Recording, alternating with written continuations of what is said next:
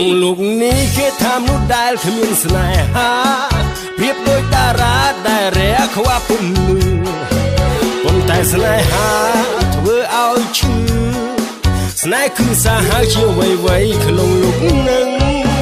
តាមពិតទៅខ្ញុំនេះមិនមែននៅទំនេរតែពេលជួបគេខ្ញុំភ្លេចស្នេហ៍ខ្ញុំឈឹង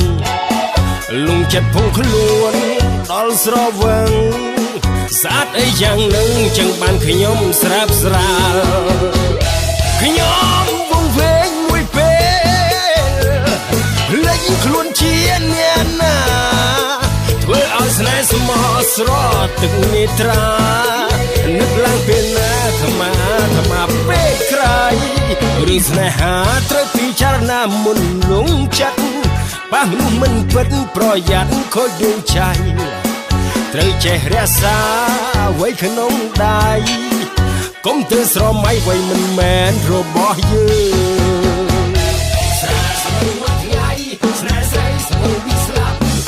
រាល់កន្លែងឈឺចាប់ពីហូបពេល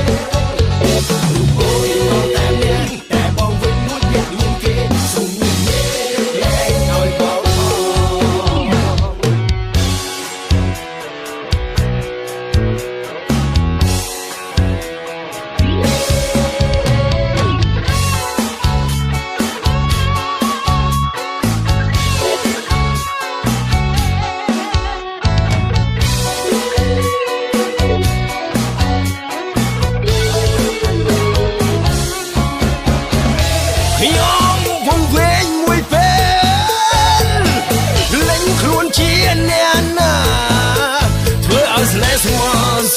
ទឹកនេត្រា